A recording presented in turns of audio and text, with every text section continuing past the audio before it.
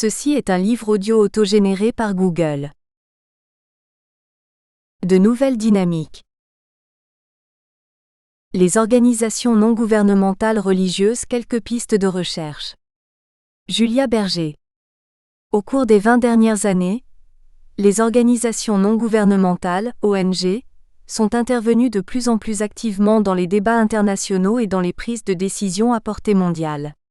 L'introduction du terme organisation non gouvernementale, dans l'article 71 de la Charte des Nations Unies, a offert un espace politique à ces représentants autodésignés de l'intérêt public, leur permettant d'interagir et de s'organiser pour la promotion de buts communs.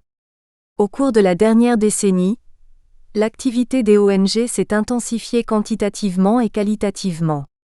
Des organisations telles que Amnesty International, Oxfam, Greenpeace, le Conseil mondial des Églises, la Soka Gakkai internationale et le Congrès juif mondial ont fait entendre leur voix lors de débats politiques sur les droits de l'homme, le développement durable, l'environnement, la construction de la paix et la bonne gouvernance. Certaines ont apporté une aide considérable dans des régions du monde où le manque de volonté ou de capacité politique ne permettait aucune alternative. The Economist affirmait en janvier 2000 que les ONG dépensent aujourd'hui plus d'argent que la Banque mondiale. On estime à plusieurs millions les ONG existantes, parmi lesquelles un nombre de plus en plus important se définit en termes religieux, en se qualifiant d'ONG religieuses, confessionnelles, ou appartenant à une communauté de croyance. Les deux termes ONG et religieux sont très flous. Cet article s'appuie sur une définition récente des ONG qui présente les ONG religieuses comme des organisations formelles dont l'identité et la mission découlent directement des enseignements d'une ou de plusieurs traditions religieuses et qui opèrent sur une base non lucrative, indépendante, volontaire afin de promouvoir et de mettre en œuvre collectivement des idées sur le bien public, au niveau tant national qu'international. Parmi les plus importantes de ces organisations, l'Armée du Salut, World Vision et Catholic Relief Service disposent de revenus annuels cumulés de plus de 1,6 milliard de dollars et affichent un résultat proche de 150 millions de dollars. Un nombre croissant d'indices confirme le rapprochement des idéologies religieuses et séculières dans la sphère publique, largement alimenté par la reconnaissance des limites d'une approche purement laïque des maux économiques, sociaux et environnementaux du monde. Parmi les exemples récents confirmant cette tendance, citons les réunions du World Faith Development Dialogue de 1998 co-organisées par l'archevêque de Canterbury et le président de la Banque mondiale, ainsi que la décision des Nations Unies d'accueillir le Millennium World Peace Summit of Religious and Spiritual Leaders. Dans la même veine, les gouvernements se sont engagés à œuvrer au développement spirituel du monde lors de diverses conférences de l'ONU, Conférence des Nations Unies sur l'environnement et le développement de 1992, et ont reconnu que la religion, la spiritualité et la croyance jouent un rôle central dans les vies de millions de femmes et d'hommes. 4e Conférence mondiale des Nations Unies sur les femmes 1995. Malgré une nette tendance des acteurs internationaux à prendre en considération les opinions des acteurs confessionnels et religieux, les organisations non gouvernementales confessionnelles, ONG, ont été largement ignorées. Entre autres raisons figure le manque de consensus sur ce qui constitue légalement et sociologiquement une ONG, et dans un contexte non occidental, une hésitation de la part des ONG à s'identifier comme des acteurs religieux, un manque réel d'informations sur les activités des ONG et une tendance de longue date dans la littérature sociale et politique à négliger le rôle des acteurs religieux dans la sphère publique. La majeure partie des travaux sur les ONG se limite à l'étude des organisations chrétiennes présentes aux Nations Unies, à des études de cas ou à un traitement général du sujet à travers le prisme politique, la résolution des conflits ou le management. Seul un rapport complet intitulé « Religion et politique publique aux Nations Unies » explore la manière dont les religions en général, et les ONG religieuses en particulier, cherchent à influencer les politiques publiques aux Nations Unies. Aucune étude n'a encore tenté de considérer les ONG comme un champ organisationnel spécifique. Cet article examine le phénomène des ONG en replaçant ces organisations dans les contextes sociopolitiques et religieux plus larges dont elles sont issues. Il identifie un ensemble d'ONG actives et reconnues, élabore un cadre multidimensionnel pour évaluer la nature religieuse et organisationnelle de ces organisations, et traite des facteurs qui facilitent et freinent la réalisation de leurs objectifs. Le contexte social et politique. Les organisations internationales non lucratives, telles que nous les connaissons aujourd'hui, datent du milieu du XIXe siècle. Parmi les plus anciennes se trouve l'Union typographique internationale, 1852, la Young Men's Christian Association, YMCA, 1855, la Croix-Rouge, 1863 et le Conseil international des femmes, 1888. Charles Chatfield identifie 32 organisations internationales de ce type en 1874. En 1954, elles sont plus de 1500. Selon cet auteur, la création de la Société des Nations a alimenté un processus transnational qui a conduit les affaires et les associations de citoyens au-delà des intérêts et des frontières de l'État. L'utilisation et la définition du terme « organisation non gouvernementale » dans l'article 71 de la Charte des Nations Unies a créé l'espace politique nécessaire à l'émergence d'une nouvelle forme d'organisation. La fin de la guerre froide et l'effondrement du socialisme à la fin des années 1980 ont marqué un autre changement majeur dans le climat sociopolitique mondial, créant, selon certains observateurs, les conditions favorables à une participation civique au sein des processus de gouvernement. La fin de la dichotomie État-marché, qui a dominé le paysage politique depuis la fin de la Seconde Guerre mondiale, devait conduire à l'émergence d'une société civile. Ce tiers-secteur naissant devait servir d'intermédiaire et équilibrer les pouvoirs de l'État et du marché, apporter un contrôle moral sur le marché et maintenir l'intégrité démocratique de l'État. Depuis les années 1980, l'émergence de nouveaux États indépendants, le déclin des gouvernements nationaux, les conflits intra-étatiques, les nouvelles urgences de nature complexe et les progrès rapides en matière de technologie des communications ont créé à la fois un besoin et un espace politique pour le développement d'un tiers-secteur. Alors que la rapide prolifération d'ONG et la nature éphémère de nombreuses interventions au niveau local rendent impossible le dénombrement exact des ONG, certaines estimations ont évalué leur nombre aux États-Unis à 2 millions, 70% d'entre elles ayant moins de 30 ans. En Russie, où presque aucune ONG n'existait avant la chute du communisme, on en compterait à présent au moins 65 000 et au Kenya plus de 200 nouvelles ONG seraient créées chaque année. Le contexte religieux. Universitaires et praticiens ont distingué les ONG selon le critère régional, ONG du Nord et ONG du Sud, ou représentatif, local, national, international, et selon leurs objectifs, émancipation des femmes, protection de la santé, résolution des conflits. Ces catégories ne réussissent cependant pas à prendre en compte le nombre croissant d'ONG qui s'identifient en termes religieux. Alors que les ONG confessionnelles opèrent au sein des mêmes cadres légaux et politiques que la société civile séculière, leurs missions et leurs interventions sont guidées par leur conception du divin et la reconnaissance de la nature sacrée de la vie humaine. Les ONG actuelles représentent un large ensemble d'organisations allant de mouvements agissant localement et de façon indépendante, à des entreprises transnationales gérant des centaines de millions de dollars.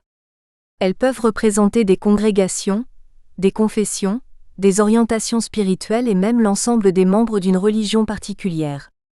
À la différence des ONG séculières, qui ont été créées pour la plupart au cours des 30 dernières années, beaucoup d'ONG apparaissent comme la forme nouvelle d'anciennes organisations religieuses. La nécessité d'intervenir à des niveaux élevés de prise de décision et de partager l'information conduit beaucoup de ces dernières à chercher une reconnaissance formelle en tant qu'ONG. Les ordres religieux, par exemple, dont certains datent de plusieurs siècles, peuvent devenir des ONG en entrant dans une relation formelle avec les Nations Unies. De la même manière, les confessions ou organisations religieuses peuvent ouvrir des bureaux grâce auxquels elles peuvent conduire leurs affaires extérieures. Alors que les organisations séculières doivent constituer leurs ressources et leur réseau de soutien ex nihilo, les organisations religieuses ont accès à de larges réseaux sociaux et d'importantes ressources grâce à la présence de longue date de communautés religieuses dans le monde entier. Dans certains cas, les réseaux et les infrastructures religieuses sont plus stables que les gouvernements locaux ou nationaux, procurent des chaînes d'information et distribuent des ressources en l'absence d'initiatives soutenues par l'État. Tout au long de la dernière décennie, les ONG ont émergé sur la scène mondiale grâce à des campagnes internationales. Des débats passionnés ont ainsi réuni les représentants d'ONG séculières et religieuses à la Conférence des Nations Unies de 1994 sur la population et le développement, au sujet de questions telles que le planning familial et la responsabilisation des femmes. Par la suite, des efforts internationaux comme la campagne du Jubilé 2000 pour annuler la dette du tiers-monde, fer de lance des églises et des ONG confessionnelles, ont attiré l'attention des médias et ont bénéficié d'un soutien populaire, une coopération interreligieuse est née.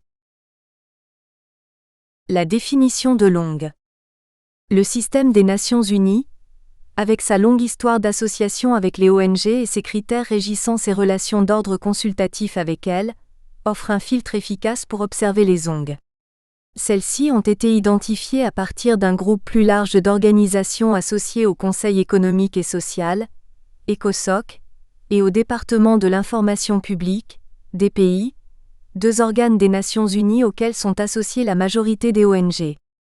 L'identification des ONG confessionnelles a été néanmoins compliquée par la nature ambiguë de l'identité religieuse des organisations. Leur réponse à la question « Êtes-vous une ONG religieuse ?», ont souligné cette ambiguïté. Parmi les termes utilisés par les organisations pour se décrire figuraient non séculier, areligieux, non confessionnel poursuivant des principes judéo-chrétiens, et communauté de croyance opérant de manière séculière. Certaines ont admis n'avoir jamais envisagé cette question. L'identité religieuse d'une organisation est subjective, elle repose sur l'auto-identification comme telle par l'ONG elle-même et non sur un corpus de normes extérieures qui la définirait ainsi de manière objective. Le tableau 1 montre la proportion d'ONG au sein des ONG associées à l'ECOSOC et au DPI. Tableau 1. Proportion d'ONG parmi les ONG associées à l'ECOSOC et au DPI. A. Le statut de catégorie I est accordé aux organisations qui sont concernées par la plupart des activités du Conseil, et qui peuvent prouver qu'elles contribuent de façon significative à la réussite des objectifs des Nations Unies, et dont le nombre d'adhérents est important. B. Le statut de catégorie 2 est accordé aux organisations qui ont une compétence spéciale dans seulement quelques domaines d'activité couverts par le Conseil. C. Le statut de roster est accordé aux organisations considérées par le Conseil comme pouvant contribuer utilement au travail du Conseil de façon occasionnelle. Puisque les Nations Unies s'associent principalement avec des ONG internationales selon l'article 71 de la Charte des Nations Unies, les organisations confessionnelles sont essentiellement des ONG internationales, des organisations avec une présence officielle dans plus de 2 pays ou avec des adhérents provenant de plus de 2 pays. Parmi les ONG citées dans cette étude, on trouve la Communauté internationale Bahá'í, la Soka Gakkai internationale, bouddhiste, la Fédération luthérienne mondiale chrétienne, l'Ordre de Saint-Augustin chrétienne, la Hadassah juive, la Ligue musulmane mondiale musulmane, la Conférence mondiale sur la religion et la paix multireligieuse et la Communauté internationale de réconciliation de mouvances spirituelles. Le cadre analytique. Nous proposons un cadre d'analyse multidimensionnel permettant d'identifier et d'analyser les caractéristiques des ONG. Synthétisé dans le tableau 2, ce cadre présente les dimensions religieuses, organisationnelles et stratégiques de ces organisations ainsi que celles qui concernent leurs services. Tableau 2. Cadre d'analyse des ONG confessionnelles. Les dimensions religieuses. Cet aspect comprend les variables liées à l'orientation et au mode d'influence religieux d'une organisation.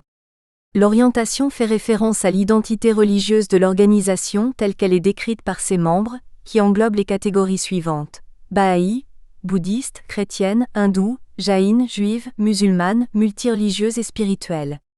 Le tableau 3 montre la répartition des orientations religieuses des ONG. Les ONG chrétiennes constituent la majorité des organisations de l'ensemble, alors que les organisations juives et musulmanes cumulées en représentent moins d'un quart. Les organisations confessionnelles sont majoritairement d'origine non occidentale et centrées sur des principes attribués à un chef spirituel. Les organisations plurireligieuses, basées sur des visées de coopération interreligieuse, comme la Conférence mondiale sur la religion et la paix, se conforment aux principes religieux de leurs membres. La seconde dimension religieuse intitulée « Mode d'influence » évalue l'impact structurant de la variable religieuse et la manière dont celle-ci fonde l'identité de l'organisation. Conformément à la théorie organisationnelle, cette dimension permet de déterminer dans quelle mesure l'identité religieuse définit les dimensions structurelles et stratégiques de l'organisation ainsi que les services qu'elle rend. Tableau 3. Orientation religieuse des ONG. Les dimensions organisationnelles. La dimension organisationnelle des ONG comprend des variables incluant la représentation, l'espace géographique, la structure et le financement. La représentation fait référence aux entités au nom desquelles une ONG revendique ses prises de position. L'espace géographique signifie le niveau d'implantation des ONG et de leurs organisations affiliées, mesuré par une présence officielle dans une localité donnée.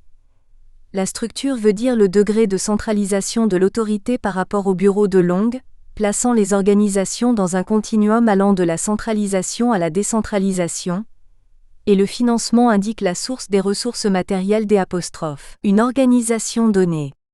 Considérés séparément, ces facteurs révèlent à la fois la complexité et la variété des moyens par lesquels les ONG s'organisent pour agir. La représentation est une question clé aussi bien pour les ONG séculières que religieuses, puisqu'une grande partie de leur légitimité et de leur influence provient du degré de représentativité de leur point de vue. Puisque les enseignements religieux et spirituels se prêtent à beaucoup d'interprétations différentes, conduisant souvent à des divisions majeures au sein des communautés religieuses, tenter de représenter une communauté religieuse dans son ensemble ou une confession est une tâche particulièrement ardue et souvent controversée. L'espace géographique des organisations, voir tableau 4, est déterminé par le nombre de bureaux nationaux et de pays où se déroulent les interventions. La majorité des ONG étudiées interviennent dans 2 pays ou plus. Tableau 4. Espace géographique des ONG sélectionnées. Le mode d'organisation en réseau varie considérablement en fonction des ONG. Afin de classer les structures organisationnelles mondiales et nationales émergentes, le cadre d'analyse reprend et adapte une typologie basée sur un continuum de répartition du pouvoir dont les extrêmes correspondent à la centralisation absolue et à la décentralisation du mode de prise de décision. La typologie en 3 parties des structures organisationnelles comprend l'association unique, instance de décision centralisée, la fédération et la confédération, instance de décision décentralisée. Catholique Relief Service, gouverné de façon centralisée par un conseil de 12 évêques, est un exemple d'association unique. La Fédération luthérienne mondiale, quant à elle, est une organisation fédérée qui fait appel au Conseil d'entité nationale pour coordonner ses activités au niveau international. De nombreuses ONG juives ainsi que des organisations qui représentent des ordres religieux catholiques romains sont caractérisées par une structure de coordination centrale lâche. Certains sociologues suggèrent que ces différences dans le style organisationnel pourraient être le reflet de l'infrastructure de la communauté religieuse elle-même. La communauté catholique est organisée hiérarchiquement, alors qu'aucun corps centralisé de la sorte n'existe dans l'islam. Le choix d'une structure organisationnelle peut aussi être justifié en des termes purement pratiques. Les structures centralisées, qui tendent à être les plus efficaces en termes de prise de décision et d'allocation des ressources, peuvent mieux convenir aux plaidoyers et à des missions de secours, alors que des structures autonomes plus flexibles conviendraient mieux à des ONG ayant un service social prédominant ou une dimension d'accompagnement spirituel. Le financement est une question clé pour les ONG, dans la mesure où il joue un rôle majeur dans la détermination du caractère et des objectifs d'une organisation donnée. Certaines ONG comme la communauté internationale Bahá'í n'acceptent que les fonds provenant de leurs membres et des dons des sympathisants non Bahá'í. À l'autre extrémité du spectre, les catholiques Charities, le plus vaste réseau d'organisations de services sociaux indépendantes aux États-Unis, ne reçoivent pas moins des 2/3 de leur financement du gouvernement fédéral. La plupart des ONG orientées vers le plaidoyer, dont la mission est de contrôler les politiques gouvernementales et de faire du lobbying, hésitent à accepter des fonds gouvernementaux. Les dimensions stratégiques. Une caractéristique centrale de la mission de nombreux Zong est la reconnaissance de la nature spirituelle de l'individu et de la source divine de l'engagement, qui fournissent un projet pour le développement de l'individu et de la société. Tableau 5. Les missions des Zong peuvent être très spécialisées ou au contraire, avoir un caractère général. Alors que certaines Zong, comme Habitat for Humanity, se concentrent sur un seul problème, d'autres sont plus généralistes, comme la Fédération luthérienne mondiale et la Fondation Aga Khan, qui traitent d'une variété de questions incluant le secours, les droits de l'homme, le développement et l'éducation. Tableau 5. Objets d'après les statuts des Zong. A. Charte de la Soka Gakkai internationale, www.sgi.org/english/index.htm. B. Catholic Relief Service, www.catholicrelief.org/ou/index.cfm. C. Women of Reform Judaism, www.rj.org/wrj/about.html. D. Conférence mondiale sur la religion et la paix, www.wcrp.org/erforp/mission-bam1.html. Caractérisés par des missions enracinées dans des croyances religieuses et spirituelles, les Zong utilisent une grande variété de moyens. Certains, tels que la construction de réseaux, l'advocacy, le contrôle et l'apport d'informations, sont communs à presque toutes les ONG, alors que d'autres incluant l'accompagnement spirituel, la prière et la formation morale sont propres aux Zong. Comme les ONG de droits de l'homme et de protection de l'environnement, beaucoup utilisent l'advocacy et les méthodes de lobbying pour élaborer leurs discours. Les ONG chrétiennes de planning familial ainsi que les ONG juives soutenant l'État d'Israël sont particulièrement actives dans ce domaine. La plupart des Zong opèrent cependant de manière moins visible. Contrôle, multitrack diplomatie, diplomatie à voix multiples, expertise. À tous les niveaux, le processus sous-jacent qui gouverne l'activité des Zong est celui de l'accompagnement spirituel, la diffusion implicite et ou explicite de valeurs religieuses et spirituelles, que les Zong considèrent essentielles à la réalisation de leur but. Les dimensions du service. La quatrième dimension inclut la somme totale des services fournis par les Zong, à la fois à leurs adhérents et à des personnes et organisations extérieures. Le cadre d'analyse divise cette dimension en 5 catégories incluant l'éducation, le secours, le service social, le salut et la mobilisation de l'opinion. Les autres axes portent sur l'espace géographique des services rendus et les bénéficiaires, parmi lesquels on distingue les membres et ceux qui sont des cibles externes. Le tableau 6 montre des exemples d'organisations dont les services sont orientés vers une des 5 catégories mentionnées, bien que peu Zong limitent leurs activités à la seule dimension des services. Tableau 6. L'orientation des services des Zong sélectionnés. Chacune de ces 5 grandes catégories de services existe au sein d'un cadre moral plus large, offrant un sens du bien et du mal donné par les adhérents des Zong et s'inscrivant dans un système particulier de croyances. Cependant, à observer les seuls services, on ne peut saisir la nature religieuse de cette dimension. Ce qui caractérise ces services religieux, ou spirituels, est la nature de la vision du monde sur laquelle ils sont fondés et la motivation qui les engendre.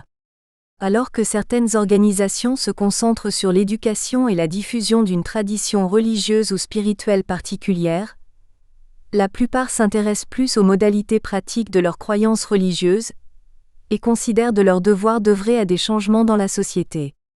C'est ce sens du devoir ou de la mission, enraciné dans une orientation spirituelle ou religieuse particulière, qui définit une ONG comme acteur de changement social. Cette étude tente de dresser une carte du monde, des ONG religieuses en identifiant 263 ONG, et en examinant leurs dimensions religieuses, organisationnelles et stratégiques ainsi que celles qui concernent les services. En raison de la nature exploratoire de cette étude et dans de nombreux cas, du manque de données précises, beaucoup de questions ont été posées et demeurent sans réponse. Le premier groupe de questions concerne l'ensemble sélectionné lui-même. Pourquoi les ONG chrétiennes représentent-elles plus de 57% des Zong aux Nations Unies ? La répartition religieuse au sein de l'échantillon est-elle représentative de l'ensemble des Zong dans le monde ? Si tel est le cas, Quels aspects du christianisme et quelles caractéristiques des chrétiens facilitent la formation d'ONG? Quels facteurs empêchent d'autres religions et croyants de fonder des ONG? Est-il possible que la participation aux activités des Nations Unies et la création d'ONG soient en congruence avec la culture et l'idéologie chrétienne, étant donné l'implication des Églises dans le processus de formation des Nations Unies, comme le Conseil mondial des Églises, leur désir d'influencer la politique des États et leur accès aux ressources matérielles? Même si une discussion sur ces facteurs dépasse la portée de cet article, il est intéressant de noter que certaines religions, en mettant l'accent sur la charité, l'initiative individuelle, la construction d'institutions et l'autonomie, ont une probabilité plus grande d'encourager les organisations non lucratives que celles au sein desquelles ces dimensions ne sont pas mises en avant. Le cadre d'analyse proposé révèle des différences culturelles entre les diverses ONG. Les ONG chrétiennes, par exemple, ont tendance à concentrer leur mission sur la charité et à insister sur les concepts de Dieu et de foi. Ce n'est pas un hasard si la plupart des ONG internationales humanitaires et de secours, telles que World Vision et Catholic Relief Service, sont chrétiennes. Les organisations juives, elles, font peu référence à Dieu ou à la religion, se concentrant plutôt sur les enseignements de la justice sociale de la Torah comme base pour leur mission d'advocacy. Les ONG chrétiennes, comme Catholic Charities et Habitat for Humanity, ont tendance à être liées à des structures confessionnelles et à un leadership religieux alors que les ONG juives sont généralement gouvernées par un comité de dirigeants élus. C'est la dimension organisationnelle, à savoir les larges réseaux de congrégations, d'organisations et d'individus, qui distinguent les ONG des autres ONG. À la différence de ces dernières, les ONG s'attachent souvent à des infrastructures déjà existantes, à partir desquelles elles puisent leurs ressources humaines et financières, rassemblant les individus en fonction de leur devoir moral plutôt qu'en fonction de la pure rationalité. Malgré la richesse de leur réseau, la contribution spécifique des ONG est essentiellement qualitative. En général, les activités des ONG, même si elles sont parfois similaires en apparence à celles des ONG non religieuses, s'occupent du bien-être spirituel de l'individu et de la société. Ainsi, le travail des ONG séculières telles que Human Rights Watch et Amnesty International vise l'injustice et les abus de pouvoir, mais ces organisations ne s'occupent pas spécifiquement de la nature de l'individu et ne revendiquent pas non plus de sources religieuses et spirituelles pour justifier leur intervention et leur motivation.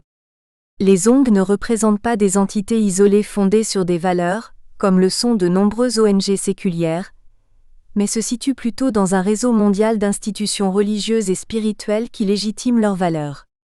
Cela rend ces organisations capables d'utiliser un pouvoir culturel et symbolique, afin d'exercer une influence sur les pratiques politiques. Alors que les ONG séculières utilisent volontiers le recours à l'éthique comme moyen de mobiliser l'opinion publique, les ONG religieuses sont plus directement capables de soulever des questions morales et de recourir au discours religieux, alimentant par là même un sens du devoir moral, de l'indignation ou de la révolte qui rendent les changements possibles. Malgré les succès des ONG dans le domaine de la justice sociale, beaucoup de gouvernements restent hostiles à leur dimension religieuse et d'ONG. En raison de la connivence entre les leaderships religieux et politiques dans un grand nombre de nations non occidentales, et de l'assimilation des ONG aux valeurs occidentales, certains gouvernements perçoivent les valeurs importées par les ONG à la fois comme une menace et comme des normes imposées. Ainsi, en septembre 2000, les partis religieux et politiques du Pakistan, à l'instigation du clergé, ont mené une campagne religieuse contre les ONG, les accusant d'être à la fois occidentales et chrétiennes. C'est dans un mouvement de refus similaire que le gouvernement érythréen avait fermé des cliniques gérées par l'Église presbytérienne et avait affirmé que les organisations religieuses pouvaient financer mais pas initier des projets de développement. Le niveau et l'étendue de l'implication des ONG à l'échelle internationale soulèvent des questions concernant la représentativité des ONG, l'évaluation de leurs actions, ainsi que l'identification d'un rôle approprié pour les ONG dans le développement et la bonne gouvernance. On l'a dit, la question de la représentativité est un point clé dans la mesure où il a un impact sur la légitimité de l'organisation et sa capacité à justifier sa rhétorique. Qui les ONG représentent-elles et comment peut-on en être sûr? Comment peut-on savoir si les dirigeants des ONG représentent leurs membres ou au contraire, se différencient de leur milieu d'origine? Étant donné que beaucoup de religions sont aujourd'hui contestées en interne par des interprétations de plus en plus différenciées, par exemple l'opposition du Vatican aux théologies de la libération, le judaïsme orthodoxe contre le judaïsme libéral, le fondamentalisme musulman contre l'islam moderne intégrant les Lumières, il est difficile mais essentiel de savoir quels points de vue sont représentés par les ONG, en particulier par celles qui se réclament d'adhérents au niveau mondial. Une organisation qui a des objectifs clairement définis, sur la base d'une juste représentation de ses adhérents, sur quels critères l'établir, apparaît bien plus légitime que d'autres et réduit la confusion autour de sa mission en faisant d'elle un partenaire plus sûr pour d'autres organisations religieuses ou séculières. À côté des problèmes de représentation, les ONG doivent relever le défi de l'évaluation de l'efficacité de leur stratégie, une tâche compliquée par les objectifs et les stratégies des organisations religieuses, moins facilement quantifiables. Étant donné les différences fondamentales entre les environnements religieux et séculiers, il n'est pas surprenant que certaines ONG aient résisté à des évaluations indépendantes par peur d'être exposées et discréditées par une méthode d'évaluation enracinée dans des principes d'efficacité qui ne reconnaissent pas la validité de leurs objectifs. Comment mesurer l'accompagnement spirituel, la construction de la paix, le renforcement d'une communauté ou l'accomplissement personnel? Une ONG est-elle efficace si elle a fourni des services, mais n'est pas restée fidèle à ses croyances religieuses au cours du processus? Le défi est de développer des mécanismes d'évaluation prenant en compte les objectifs et stratégies spécifiques des ONG, et en dernière instance, capables de déterminer la validité de certains objectifs et stratégies en relation avec ceux des ONG séculières. Les ONG confessionnelles aux Nations Unies et la défense des droits de l'homme. Jean-Bernard Marie.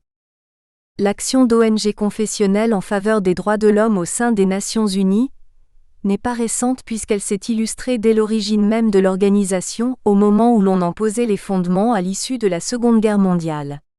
En effet, lors de la conférence de San Francisco qui a élaboré, puis adopté le 25 juin 1945 la Charte des Nations Unies, c'est un groupe d'ONG qui a obtenu à l'arraché, pourrait-on dire, l'inclusion de dispositions essentielles pour permettre à l'organisation d'assumer ses objectifs et sa mission en faveur du respect des droits de l'homme. Ainsi, l'institution d'une commission des droits de l'homme, prévue dans la charte elle-même à l'article 68, est le résultat de l'intervention perspicace d'organisations privées américaines, notamment confessionnelles comme le Joint Committee on Religious Liberty et l'American Jewish Committee, invités comme consultants auprès de la délégation des États-Unis, et qui ont convaincu celle-ci finalement de présenter cet amendement en commun avec les trois autres puissances invitantes à la conférence, c'est-à-dire la Chine, le Royaume-Uni et l'URSS. Depuis, le rôle des ONG en général et des ONG confessionnelles en particulier n'a cessé de se développer au regard des droits de l'homme. Au sein des Nations Unies, tel que prévu par la Charte à l'article 71, leur contribution formelle aux diverses activités de l'organisation s'exerce dans le cadre du statut consultatif auprès du Conseil économique et social, ECOSOC, qui, tel que révisé, est régi aujourd'hui par sa résolution 1996-31e du 25 juillet 1996. Ce statut prévoit 3 catégories d'accréditation. Le statut consultatif général pour les ONG qui poursuivent des activités couvrant la plupart des domaines d'activité de l'ECOSOC, le statut consultatif spécial pour celles qui ont une compétence spécifique dans quelques-uns seulement de ces champs d'activité, et une dernière catégorie, la liste, pour celles qui peuvent apporter des contributions occasionnelles. En fait, le classement repose tout autant sur l'ancienneté, la dimension internationale et la notoriété des ONG, qui s'attachent à obtenir progressivement le niveau de reconnaissance le plus étendu, l'inscription sur la liste représentant généralement pour la plupart de celles-ci un stade d'attente. En règle générale, les ONG dotées de l'un de ces statuts peuvent être représentées et participer aux réunions des organes des Nations Unies compétents pour les droits de l'homme et aux grandes conférences mondiales que l'ONU organise en la matière, comme la conférence de Vienne sur les droits de l'homme en 1993, la conférence de Beijing sur les femmes en 1996 ou encore la conférence de Durban contre le racisme en 2001. Lors des sessions annuelles de la Commission des droits de l'homme et de sa sous-commission de la promotion et de la protection des droits de l'homme, les ONG peuvent présenter des documents écrits, faire des déclarations orales dans les limites du règlement intérieur et bien sûr, elles peuvent rencontrer, informer, solliciter les représentants des gouvernements, les experts et autres délégués participant aux travaux, accomplissant ainsi leur travail spécifique de lobbying. Par ailleurs, ces mêmes ONG peuvent assister aux réunions des différents comités dits conventionnels, qui sont spécifiquement établis pour surveiller l'application de conventions internationales concernant les droits de l'homme, comme le Comité des droits de l'homme, le Comité sur les droits économiques, sociaux et culturels, le Comité pour l'élimination de la discrimination raciale, le Comité pour l'élimination de la discrimination à l'égard des femmes, le Comité contre la torture, le Comité pour les droits de l'enfant. Il est a priori difficile de distinguer systématiquement aux Nations Unies, dans le champ des droits de l'homme, le rôle spécifique des ONG confessionnelles par rapport à celui des autres ONG. Toutefois, on peut relever que les premières se sont particulièrement investies dans les différents types de fonctions exercées en particulier par la Commission des droits de l'homme, l'organe qui, au niveau mondial, est spécifiquement chargé de favoriser le respect universel et effectif des droits de l'homme, le travail normatif, l'action de promotion et la mission de protection. Parallèlement, elles ont développé des approches et modalités d'action correspondant à l'évolution des priorités, notamment dans la lutte contre les violations. Champ d'intervention. Contribution à l'élaboration d'instruments normatifs. Dans sa première phase d'activité, la Commission des droits de l'homme s'est essentiellement consacrée à combler le vide originel quant à la définition et au contenu des droits de l'homme introduits dans la Charte de San Francisco. Elle a tout d'abord rédigé la Déclaration universelle des droits de l'homme 1948, puis les pactes internationaux qui ont tardé à être adoptés par l'Assemblée générale en 1966, diverses déclarations puis conventions concernant les discriminations fondées sur le sexe, la race, des instruments s'adressant à la violation de droits spécifiques comme l'intolérance religieuse, la torture ou intéressant des catégories particulières des individus comme les enfants, les travailleurs migrants.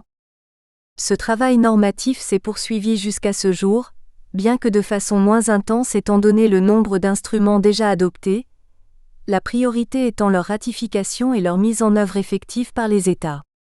Les ONG, confessionnelles ou non, et en particulier celles qui disposaient de moyens suffisants pour être représentées aux travaux des comités de rédaction, ont pour leur part contribué à cette construction normative.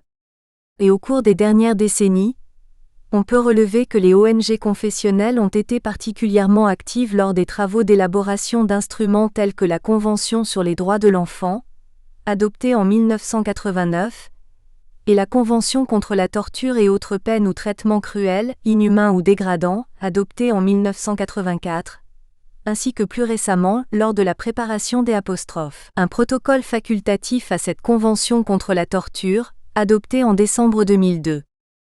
Dans le cas des droits de l'enfant, on comprend que les ONG confessionnelles qui étaient bien représentées dans le collectif d'ONG qui a contribué activement à la rédaction de la Convention, se soient particulièrement intéressées au sort de l'enfant, à la famille et à ce qui relève des valeurs religieuses, en particulier dans le cadre de l'éducation. En ce qui concerne la lutte contre la torture, il s'avère que le rôle d'une ONG confessionnelle œcuménique spécialisée, la Fédération internationale de l'ACAT, Action des chrétiens pour l'abolition de la torture, a été particulièrement efficace en coopération avec d'autres ONG agissant dans le même domaine. Ce rôle s'est également fortement manifesté lors du récent combat pour le protocole à la Convention contre la torture, s'inspirant du système de visite préventive dans les États parties. On peut du reste noter que la création d'une ONG confessionnelle spécifique pour lutter contre la torture est contemporaine de la période des dictatures latino-américaines, s'imposant dans un contexte de chrétienté, auquel ont notamment réagi des chrétiens sur place et à l'extérieur du continent au début des années 1970. On remarquera par ailleurs que d'autres grandes ONG non confessionnelles de lutte contre la torture ont été créées à l'initiative ou sous l'impulsion de chrétiens qui ont joué et continuent de jouer un rôle important dans leur direction ou dans leur animation, comme par exemple l'Organisation mondiale contre la torture, SOS Torture et l'Association pour la prévention de la torture, établie à Genève, ONG qui ont chacune le statut consultatif auprès des Nations Unies. Il y a donc là, pourrait-on dire, un investissement spécifique en lien avec le confessionnel. Participation à la promotion des droits de l'homme. Les activités promotionnelles, études sur des droits particuliers, coopération technique, services d'experts, séminaires, activités d'information, programmes de formation, ne sont pas toujours aisées à saisir faute d'une grande visibilité ou parfois par manque de continuité. Toutefois, on peut observer qu'un certain nombre d'ONG confessionnelles ont particulièrement investi dans l'éducation et la formation aux droits de l'homme. Formation en interne des membres,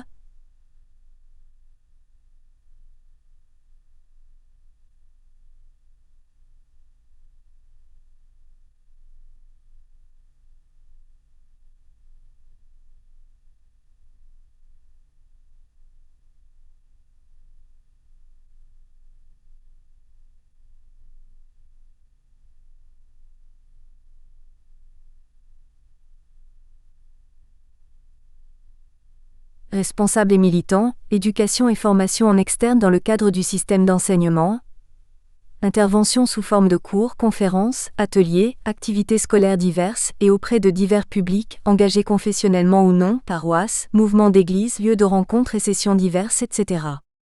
Ceci se constate particulièrement dans les ONG confessionnelles se rattachant au christianisme, mais également dans certaines associations se référant au judaïsme.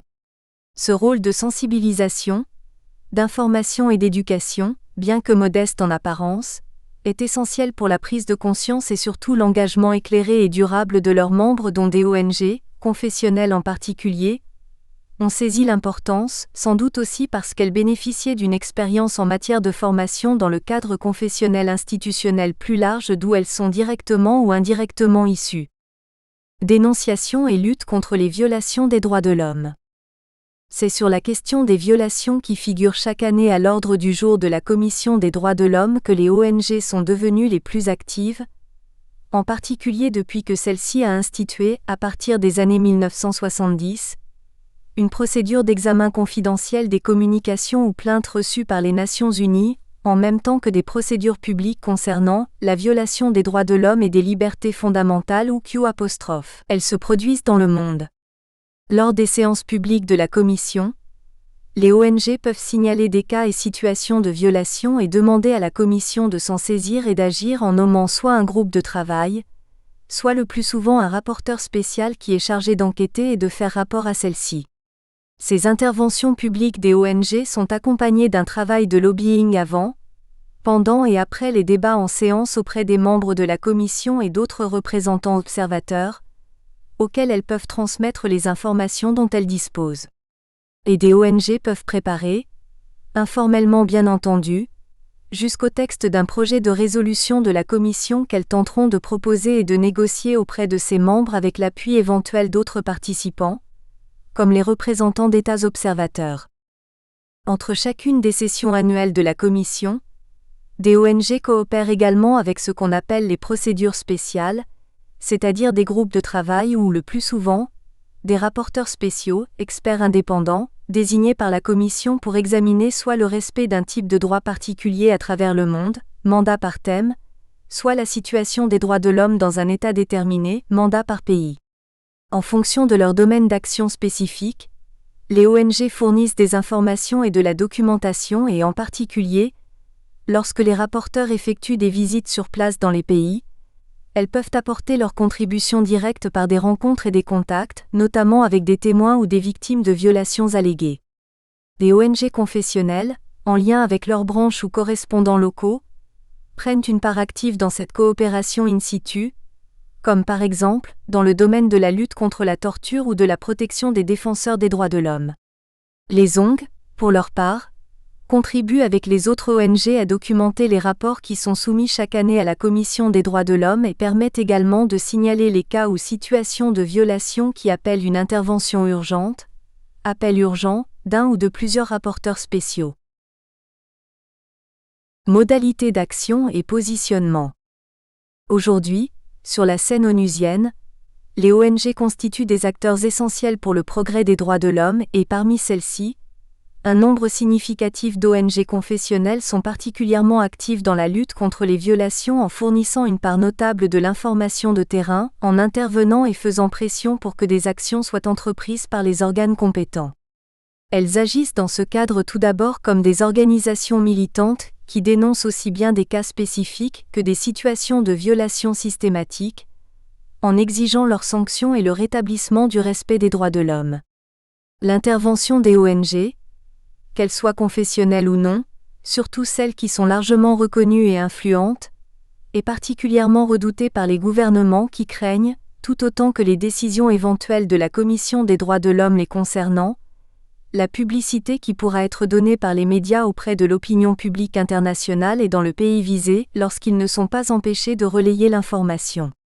Aussi des tentatives sont-elles régulièrement tentées par certains gouvernements, pour réduire globalement la parole et la place des ONG.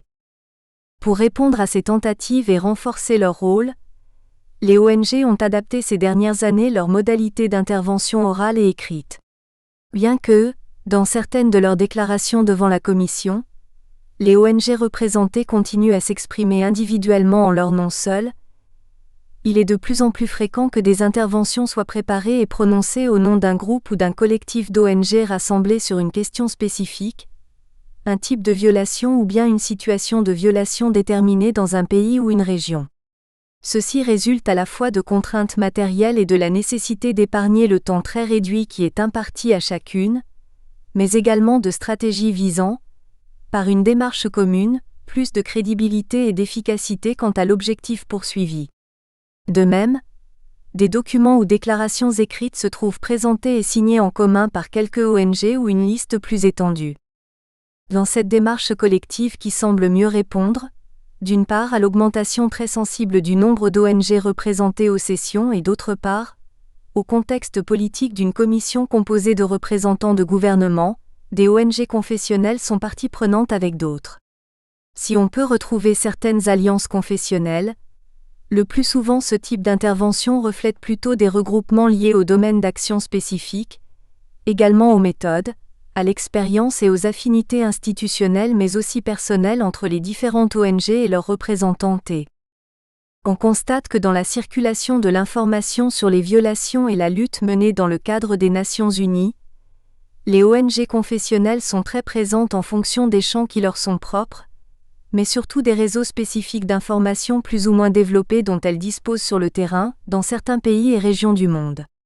Ceci est particulièrement manifeste pour les ONG chrétiennes, et catholiques en particulier, informées spécifiquement par des sources ecclésiales comme les commissions Justice et Paix, ou par des membres d'ordres religieux et de congrégations présents sur le terrain ou ayant des correspondants particuliers, ou encore par le canal des mouvements d'église qui ont des implantations locales. La collecte et la diffusion de l'information peuvent varier selon les objectifs et priorités, la structure, les méthodes et traditions propres à l'ONG, et compte tenu de la spécificité de ses différents partenaires. C'est également à travers ces réseaux spécifiques que des témoins ou des victimes de violations des droits de l'homme peuvent prendre la parole devant la Commission au nom de l'ONG qui les a accrédités dans sa délégation. Les rapports que les ONG confessionnelles intervenant dans le champ des droits de l'homme aux Nations Unies peuvent entretenir avec les institutions centrales ou fédératives des religions auxquelles elles se réfèrent, comme les églises et autres instances officielles représentatives, mériteraient une étude spécifique et systématique. De manière générale, on observe une très large variété quant à la nature de l'organisation religieuse de rattachement et à son statut auprès des organes des Nations Unies. Ainsi, le Saint-Siège représente un État non membre de l'ONU, auprès de laquelle il a le statut d'observateur et à ce titre, il participe régulièrement et activement aux sessions de la Commission des droits de l'homme où il peut prendre la parole en tant qu'État non membre s'exprimant comme autorité suprême de l'Église catholique. Le Conseil œcuménique des Églises, qui regroupe la plupart des églises relevant du protestantisme, est représenté par sa commission des Églises pour les affaires internationales qui a le statut consultatif d'une ONG, statut général, c'est-à-dire le plus étendu. L'organisation de la Conférence islamique est une organisation intergouvernementale composée de 51 États à majorité musulmane, qui est représentée en tant que telle aux sessions de la Commission des droits de l'homme, lors desquelles elle peut faire des interventions. Les autres principales religions, notamment le judaïsme, l'hindouisme, le bouddhisme, sont en partie présentes à travers les différentes ONG plus ou moins fédératives qui s'en réclament, mais ne représentent généralement pas l'ensemble de la religion concernée. Aussi, les relations des ONG confessionnelles avec les institutions respectives des religions de référence qui sont représentées à la Commission peuvent-elles varier notablement, en fonction de cette diversité et également du lien institutionnel plus ou moins serré qui les relie avec celle-ci. Toutefois, il apparaît que dans la pratique, lorsqu'il s'agit d'intervenir à propos de violations des droits de l'homme, un certain nombre de ces ONG, parmi les plus reconnues, font preuve d'initiative et d'autonomie tout en consultant et en se concertant si nécessaire afin de poursuivre leur objectif. En tout état de cause, les ONG confessionnelles sont suffisamment nombreuses et diversifiées pour éviter un alignement systématique intra-confessionnel, même si celles-ci se retrouvent fréquemment sur des positions communes inspirées par la religion de référence. En effet, le nombre d'ONG confessionnelles ayant statut consultatif et qui sont représentées régulièrement à la Commission des droits de l'homme est notable. Si on se limite à retenir uniquement les ONG qui font explicitement référence dans leur appellation même à une confession ou à une religion, on relève qu'à sa 59e session de 2003, près de 20% du total des ONG représentées étaient confessionnelles, c'est-à-dire près d'une quarantaine sur environ 200 enregistrées au total, et réparties selon la même proportion dans les différentes catégories de statut. Même s'il s'agit d'ONG de taille et de capacité variables, leur force globale est significative. En sus, peuvent également être prises en compte certaines autres ONG qui, par leurs orientations, leurs objectifs et à travers leurs responsables et leurs membres, sont en proximité particulière avec certaines ONG confessionnelles et qui ont une approche s'inspirant de la religion sans qu'il y ait nécessairement de référence explicite. Même si de nombreuses ONG confessionnelles ont acquis le statut consultatif voici plusieurs décennies, de nouvelles entrées continuent de s'opérer régulièrement. C'est le comité chargé des ONG, composé de représentants d'États, qui examine les demandes soumises directement par les ONG et qui formule ses recommandations à l'ECOSOC sur l'octroi ou non du statut, et sur la catégorie proposée, générale, spéciale, liste. Il examine également les rapports que les ONG doivent ensuite présenter périodiquement. La stratégie visant à l'obtention du statut consultatif auprès des Nations Unies répond pour les ONG aux besoins de reconnaissance, en interne et en externe, à la nécessité d'une visibilité et surtout à la recherche de crédibilité. À cet égard, les ONG confessionnelles ne se distinguent guère de leurs collègues séculières et recherchent à la fois des lettres de noblesse et un forum leur permettant de se faire connaître en avançant leurs objectifs et les causes qu'elles défendent à un niveau plus global.